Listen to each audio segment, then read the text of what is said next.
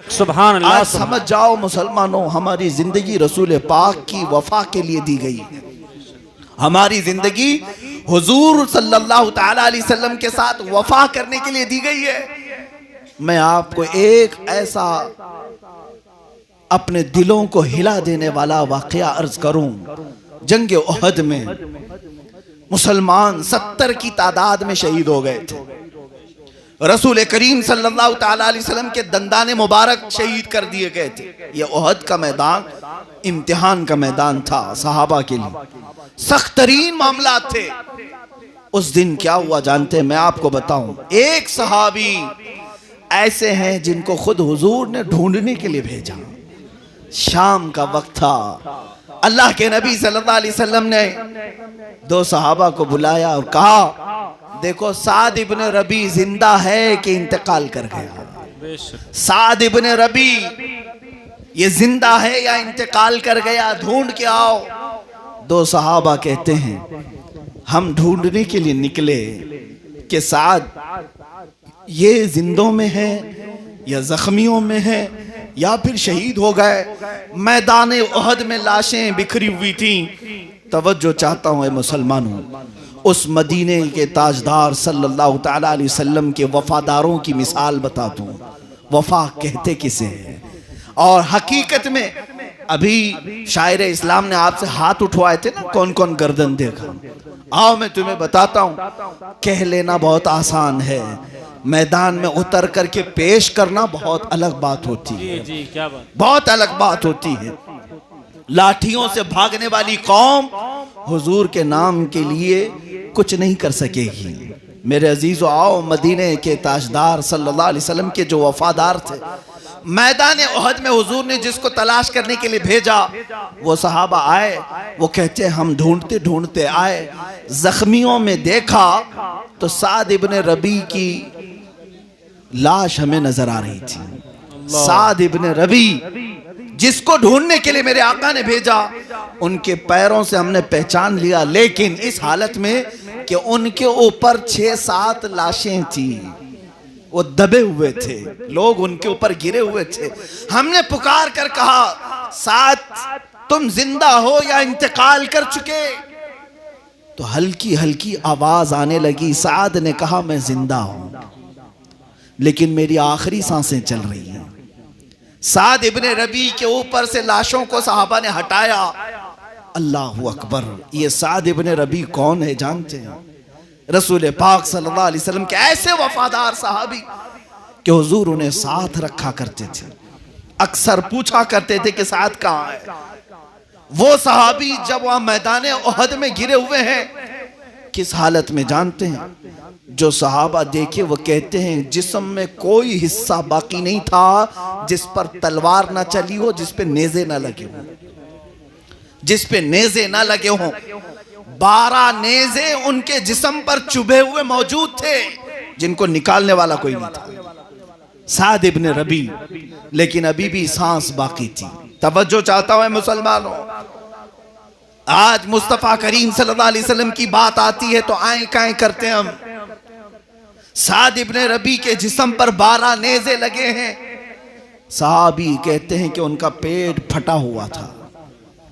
पेट फटा हुआ था, अब जिंदगी की कोई उम्मीद नहीं, लेकिन आवाज आ रही थी। वो करीब गए, कहा कि साद तुम्हें मुबारक हो, हम यूं ही ढूंढने नहीं आए, मुस्तफा करीम सल्लल्लाहु अलैहि वसल्लम ने हमें भेजा है। क्या बात है। उन्होंने कहा, क्या मेरा नाम लेकर के भेजा? उन सहाबा ने कहा, हाँ, कहा मुस्तफा करीम सल्लल्लाहु अलैहि वसल्लम ने कि साद को देखो। हजरत साद कहते हैं कि मैं कामयाब हो गया। जो जख्मों में घिरा हुआ है, 12 नेज़े चुभे हुए हैं जिस्म पर, वो कहते हैं, अबलिग मिन्नी रसूलुल्लाह सलाम। ऐ सहाबा जो आए हो जाओ, रसूल पाक को मेरा सलाम कह देना। मैं हुजूर तक पहुंच नहीं सकूंगा, मेरा जिस्म कट गया है, आखिरी सांसें चल रही हैं। अब जो जुमला उन्होंने कहा वही मुझे कहना है आपके सामने। जो जुमला कहा मैदान उहद से, कहा हुजूर को सलाम कह देना और यूं अर्ज कर देना, ऐ अल्लाह के नबी हमें माफ कर दें, आपकी इज्जत की हिफाजत का हमने हक अदा नहीं किया।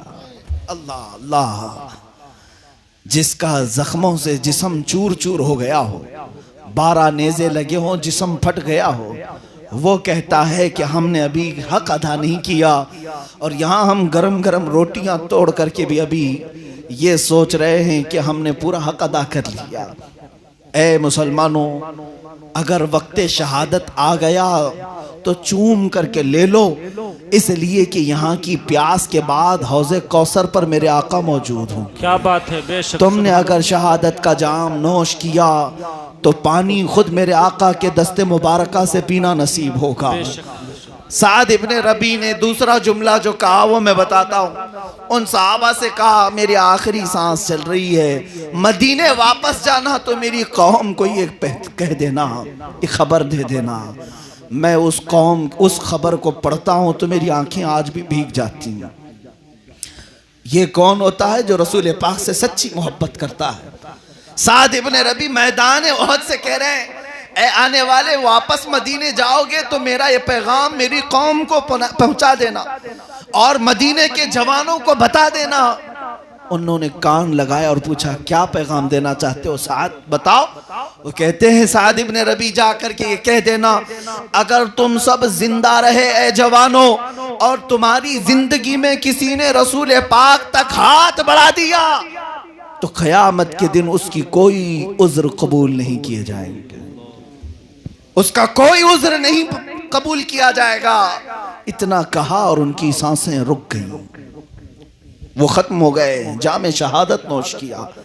सच कहा था साद इब्ने रबी ने कि अगर तुम जवानी लेकर बैठे हो, बाजुओं में अल्लाह ने ताकत दी है, और तुम्हारे होते हुए अगर कोई नबी कौनैन की इज्जत पर उंगली उठाया तो कल क़यामत के दिन तुम ये कह नहीं सकोगे कि हम मजबूर थे, हम मजदूर थे, हम लंगड़े थे, हम लूले थे। कोई उज़्र कबूल नहीं किया जाएगा। सहाबी रसूल का ऐलान है। तुम क्या समझते हो क्या आज मेरे साथ हालात बहुत अलग हैं, ऐसे नहीं है, वैसे नहीं है। जहां हो वहीं से आवाज उठाओ कि मैं हर चीज बर्दाश्त कर सकता हूं, मुझे भूख में कैद में रख लो और मार डालो, लेकिन मेरे नबी कौनैन की इज्जत और हुर्मत पर उंगली उठाओगे, मैं चटाई पर बैठ करके भी चीखूंगा और पुकारूंगा, इसलिए कि मेरी अगर जान बाकी है तो सदक़े रसूल में बाकी है। बेशक, सुभान अल्लाह। यही जज्बा मैं तुम्हें देने आया हूं। मेरी तकरीर का खुलासा यही होता है, मेरी गुफ्तगू का खुलासा यही होता है। आप क्या समझते हैं क्या आला हज़रत फाजिल बरेलवी रदी अल्लाह ताला अन्हु ने अपना कलम चला चला करके सिर्फ फतवे ही दिए थे? नहीं, बल्कि उन्होंने मुजाहिदीन पैदा किए और उस वक्त से वो ये कहते आए। आज मैं तुमसे कहता हूँ, आला हज़रत ने क्या खूब कहा था, आज ले उनकी पनाह, आज मदद मांग उनसे। क्या बात है, आज ले उनकी पनाह, आज मदद मांग उनसे। ये सिर्फ गैरों के लिए ही नहीं है, मैं अपनों के लिए भी कहता हूँ, अपनों के लिए भी कहता हूँ, आज ले उनकी पनाह, आज मदद मांग उनसे। फिर न मानेंगे क़यामत में अगर मान गया। बेशक, सुभान अगर अल्लाह। तुम क़यामत के दिन जा करके कहोगे कि आका मैं 1000 बार दुरूद पढ़ता था, 100 मरतबा की तस्बीह पढ़ता था, और ये सारे अमाल पेश करोगे, और फिर तुमसे ये पूछा जाएगा, सब एक तरफ रखो, लेकिन क्या तू हुजूर की शान में गालियां भी तो सुनता था? गालियां भी तो सुनता था, तब क्या करता था? बड़े बुजुर्ग हैं, बहुत पाए के बुजुर्ग हैं। अल्लामा जामी रहमतुल्लाह ताला अलैह फरमाते हैं, किसी ने अगर जिंदगी में करोड़ दुरूद पढ़ लिए हों, 1000 खत्मे कुरान कर लिए हों, और अगर वो अपनी जिंदगी में हुजूर की इज्जत पर होने वाली गाली को सुन लिया, ये सारी इबादतें एक तरफ रख दी जाएंगी, एक तरफ रख दी जाएंगी। उससे पूछा जाएगा, तो जिंदा था, तेरी गैरत जिंदा थी, तेरा ज़मीर जिंदा था, तू अपनी माँ के लिए नहीं सुन सकता, तू अपने बाप के लिए नहीं सुन सकता? आज हमारी गैरत तो यह है, जवानों मैं आपसे पूछता हूँ, तुम्हारी बीवियों की तरफ अगर कोई नजर उठाए तो तुम उसको खा जाने वाली नजर से देखते हो कि मेरे घर की इज्जत की तरफ तूने देखा कैसे? ऐ मुसलमानों, क्या रसूल पाक सल्लल्लाहु अलैहि वसल्लम की इज्जत पर हमला हो तो हम जागेंगे नहीं? बेदार नहीं होंगे? क्या हमारे जिस्मों में वो उछाल नहीं आना चाहिए जो एक ईमान की गर्मी होती है? आपको मैं बताऊं, ये तो मर्द हैं। मैदान उहद में मदीने की औरतें भी आई थी। उम्मे अमारा, जंगे यरमूक में हजरत खंसा, कादसिया की जंग में खंसा, बड़ी बड़ी खवातीन इस्लाम निकल करके आ गई, जबकि औरतों पर जिहाद नहीं। वो कहती ये थी कि हम अगरचे औरत हैं लेकिन नबी कौनैन के खिलाफ किसी को बर्दाश्त नहीं करती, बर्दाश्त नहीं करती। कुर्बानियां भी उन्होंने दी हैं ऐसी। हजरत खंसा एक ऐसी खातून है, मैं आपको बताऊं, अरब की एक ऐसी खातून जो बड़ी शायरा और शेर व शायरी में ऐसे पाए को पहुंची हुई कि मरसिया जब लिखती थी, किसी की मौत पर मरसिया लिखा जाता था अरब में, तो खंसा के मरसिया बहुत मशहूर थे। वो 2-2 साल तक लोगों को रुलाती थी अशार पढ़ पढ़ कर। अशार में ऐसा दम था कि सुनने वाले रोते थे। जाहिलियत के जमाने में, जब अभी इस्लाम लाई नहीं थी। इस्लाम लाने के बाद, इस्लाम लाने से पहले खंसा के भाई को किसी ने मार दिया था, तो अपने भाई के गम में अशार लिखे। 2 साल तक अरब वाले रोते रहे। अरबों को जहां जहां ये शेर सुनाई देते थे रोते थे लोग कि खंसा के अशार कैसे होते हैं। इस्लाम लाने के बाद कादसिया की जंग का मौका है, उमर इब्ने खत्ताब का जमाना है। यही खंसा आती है अपने 4 जवान बेटों को लेकर, 1 नहीं 2 नहीं 4 जवान बेटों को ले आती हैं और सबको सैयदना उमर इब्ने खत्ताब के हवाले करती हैं और कहती हैं मैंने जाहिलियत के ज़माने में जो कुछ भी किया, मैं चाहती हूँ कि वो कफ़ारा अपनी औलाद की कुर्बानी से पेश करूँ। रसूल पाक सल्लल्लाहु तआला अलैहि वसल्लम की इज्जत के लिए मैंने अपने जवान बच्चों को आपके हवाले किया। जानते हैं ये इस जंग की तारीख ऐसी है कि जब जंग खत्म हुई तो जो शहीद हुए शहीद हुए, लेकिन हजरत खंसा के 4 बेटे शहीद हुए एक जंग में। किसी माँ से जाकर के पूछो जिसका एक लाल गया हो, जिसका एक जवान बेटा इंतकाल कर गया हो, उसके घर में क्या हालत होती। हजरत खंसा के 4 जवान बेटों की लाशें लाई गई। सब जगह ये बात मशहूर हो गई कि खंसा अब कौन से अशार पढ़ेगी। भाई की मौत पर तो 2 साल तक अरब को रुलाया था, अब खुद के बेटे चले गए। अरब लोग आते रहे और पूछते रहे खंसा अब अपने जवान बेटों की मैयत पर तुम कौन से अशार कहोगी। हजरत खंसा कहती हैं तुम सुनना चाहते हो सुनो, मैंने अपने जवान बेटे दुनिया की नजर नहीं किया, मुस्तफ़ा के कदमों में पेश किया है, और इनके गम में अगर मुझसे कुछ सुनना चाहते हो तो सुनो, मैं वही कहती हूँ जो मेरा खुदा कहता है, इन्ना लिल्लाहि व इन्ना इलैहि राजिऊन। क्या बात है, बेशक। बस ये इस्लाम की खवातीन थी। एक खातून तो हुजूर की बारगाह में ऐसी भी आई, मदीना तैयबा, 1.5 साल का बच्चा लेकर आई। 1.5 साल का बच्चा, क्या वो जंग कर सकता है, तीर चला सकता है? लेकिन वो लेकर आई। हुजूर पाक सल्लल्लाहु अलैहि वसल्लम ने पूछा ए खातून तो इस 1.5 साल के बच्चे को क्यों ले आई? वो कहती हैं क्या आका मुझे मालूम है मेरा बच्चा जंग के मैदान में तो नहीं उतर सकता, लेकिन क्या करूं जब आपकी इज्जत की बात आई और आपके दुश्मनों ने ललकारा है तो मेरे घर में सिवाय इस बच्चे के कोई नहीं। मेरे शौहर शहीद हो चुके, मेरे भाइयों में कोई नहीं, मेरे पास ये 1.5 साल का दूध पीता बच्चा मौजूद है। काफिर लाई किस लिए? खातून कहती हैं आका अपने मुजाहिदीन सहाबा में किसी के हाथ में मेरा बच्चा दे दें, जंग के मैदान में जब काफिरों की तरफ से तीर चले तो मेरा बच्चा ढाल के काम आ सकता है, मेरा बच्चा ढाल के काम आ सकता है। ये वो फिदायान रसूल थे जो खुद अपनी जमा पूंजी लेकर बारगाह मुस्तफ़ा में आ गए थे। तभी जाकर के मौला ताला ने कुरान में उनके लिए यूं कहा रदियल्लाहु अन्हुम व रदू अन। ये वो जमात है अल्लाह इनसे राजी हो गया, अल्लाह इनसे राजी हो गया। और ताकत और कुव्वत अल्लाह ने गैब से इन सहाबा को क्यों दिया? इसी वजह से कि वो जीते थे तो नाम मुस्तफ़ा के लिए जीते थे, हुजूर की इज्जत की हिफाजत के लिए जिया करते थे। तुम्हें पता है 3 जवान शहजादों को एक ईसाई बादशाह ने कैद किया और उनसे ये कहा था कि तू अपने नबी का कलमा पढ़ना छोड़ दे, हम तुझे अपनी हुकूमत में रख लेंगे। तीनों सगे भाई थे, नहीं माने। यहां तक कि बादशाह ने गरम खौलते हुए तेल में बड़े भाई को डाल दिया, जल गया। दूसरे से कहा आप मान ले, छोड़ दे अपना दीन, अपने नबी का कलमा पढ़ना छोड़ दे। दूसरे ने कहा अब तो और भी ज्यादा दुश्वार हो गया, उसको भी गरम खोलते हुए तेल में बादशाह ने डाला। तीसरे को भी डालने वाला था, उसका इम्तिहान शुरू हुआ। एक वजीर ने कहा इसको मैं ले जाता हूं, मैं इसका माइंड वॉश करता हूं। वो ले गया और एक खूबसूरत लड़की उसके पीछे लगा दी, कहा कि इसको खूब अपनी हुस्न में फांस ले। 30-40 दिन तक घर पर रखा। उस नौजवान के पीछे एक खूबसूरत लड़की लगा दिया।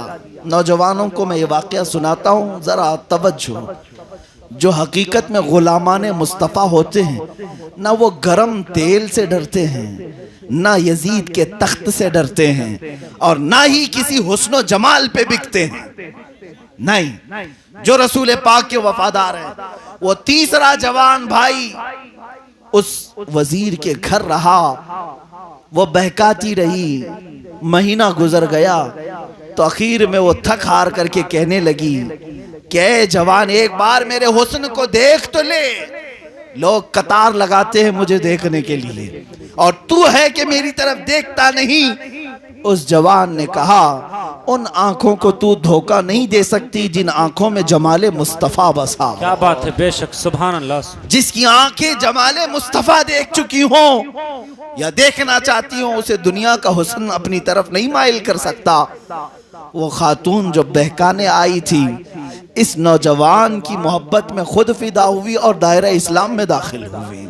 मेरे अजीजों, तवील वाकया मैं अर्ज नहीं करता, बस इससे मफहूम और सबक ये बताना चाहता हूँ। तुम्हारी आजमाइशें आएंगी, तुम्हारे साथ इम्तिहानात होंगे।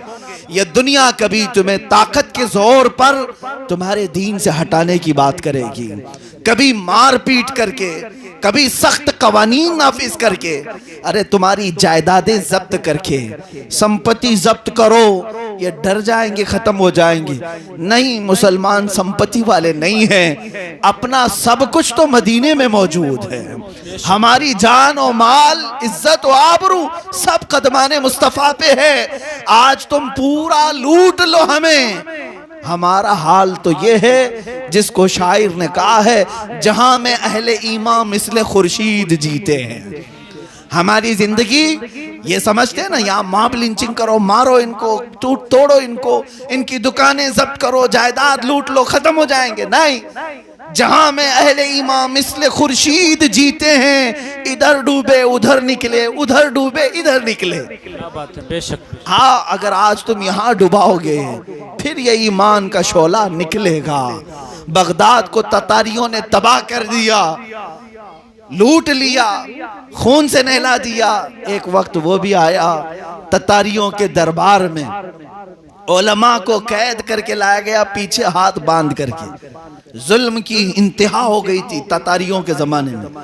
और इतना ही नहीं, उन जालिमों को ये मालूम था कि ये मारने काटने से उतना ज्यादा डरते नहीं, रोते नहीं। किस बात पे रोता है मुसलमान? जब इसके सामने इसके नबी को गालियां दी जाए तो इसका कलेजा छिल जाता है, सीना फट जाता है। तो बादशाह जो उस वक्त का था ततारियों का, उलमा को जंजीरों में कैद करके उल्टे मुंह सुलाया दरबार में, और एक ईसाई पादरी को ले आया। मजमे में सब बादशाह के हवारी मवारी हैं। ईसाई पादरी को पैसे देकर के कहा गया इनके नबी की शान में खूब भोंको, गालियां दो, बुरा कहो मोहम्मद अरबी सल्लल्लाहु अलैहि वसल्लम को। वो ईसाई पादरी जो पैसे लेकर के आया था, बोलना शुरू किया। तारीख में मौजूद है मेरे अजीजों, उस दरबार में उस बादशाह का एक कुत्ता था जिसको सोने की जंजीर से वो बांध के रखता था। बादशाह का कुत्ता है, जैसे आज के जमाने में मर्सिडीज में भी घूमते हैं कुत्ते हैं, बहुत सारे कुत्ते कारों में घूमते, ततारियों के बादशाह का कुत्ता सोने की जंजीर में बंधा रहता था।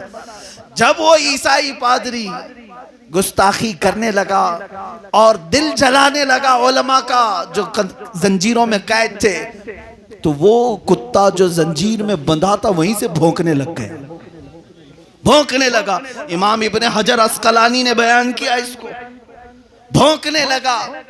वो ईसाई पादरी खामोश हो गया। फिर थोड़ी देर के बाद फिर बयान शुरू किया, मेरे नबी की शान में गुस्ताखियां शुरू किया। कुत्ता फिर भौंकने लगा।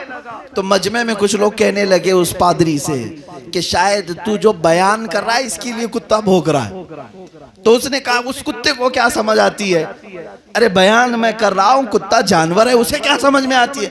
फिर बोलने लगा और गालियां देने लगा नबी की शान में। तारीख में मौजूद है वो कुत्ता जंजीर तोड़कर निकल आया और इतनी तेजी से आया कि दम जदन में उस पादरी को सीने से चीर कर रख दिया। वही वो खत्म हो गया। और उस कुत्ते की हैबत पूरे मजमे में ऐसी तारी हुई, क्योंकि बादशाह का कुत्ता था, पागल कुत्ता नहीं था, आवारा नहीं था, पाला हुआ था, ट्रेंड था। जब कुत्ते ने फाड़ कर रख दिया तो मजमे में मौजूद सबको समझ में आया कि एक जानवर भी रसूल की गुस्ताखी बर्दाश्त नहीं करता। तारीख में मौजूद है उसी वक्त मजमे में जितने तातारी थे सब इस्लाम कबूल कर हल्का बगोश हो गए। सुभान अल्लाह, सुभान। सब दायरे इस्लाम में दाखिल हुए। जिसके बाद इकबाल ने यह कहा था, हरम को मिल गए पासबां सनम खाने से। ये रब ताला की कुदरत है, जब वो चाहता है तो उन्हीं के बीच में से अपने हरम के पासबां भी पैदा करता है। वो दिन दूर नहीं जब मैं ये देख रहा हूँ, ऐ मुसलमानों, जिनके दिलों में आज इन जालिमों ने शिद्दत भरा है, टोले टोले ले करके ये कई लोगों पर हमले करते हैं, तंजीम बना करके, अपनी बड़ी संगठन बना करके। वक्त आएगा जब तारीख दोहराई जाएगी, इन्हीं लोगों में से मौला इस्लाम की हिफाजत करने वाले जियाले जवानों को फिर से पैदा करेगा, फिर से पैदा करेगा। बद्र के बाद भी तारीख गवाह है कि इस्लाम ख़त्म नहीं हुआ। करबला के बाद भी तारीख गवाह है इस्लाम ख़त्म नहीं हुआ। यहाँ हिंदुस्तान की तारीख भी गवाह है, बहादुर शाह जफर को ख़त्म करके इस्लामी सल्तनत का खात्मा कर दिया गया, लेकिन इस्लाम ख़त्म नहीं हुआ। और आज के ज़माने में खारिश ज़दा कुत्तों के भौंकने से इस्लाम पर कुछ भी असर नहीं होगा। इस्लाम कल भी शादो आबाद था, आज भी शादो आबाद है। सुबह क़यामत तक ये जालिमों के फूंकों से बुझाया जाने वाला चिराग नहीं है। ये अल्लाह ने कुरान में फरमाया, ये चाहते हैं कि अपने मुंह के फूंकों से चिराग को बुझा दे, अल्लाह अपने नूर को मुकम्मल करके रहेगा, इसको कायम रखेगा, इसकी हिफाजत अल्लाह फरमाएगा। ऐ जवानों, अब मैं आखिर में आपको ये मैसेज देते हुए अर्ज करूंगा कि तुम्हारी जो जिंदगी है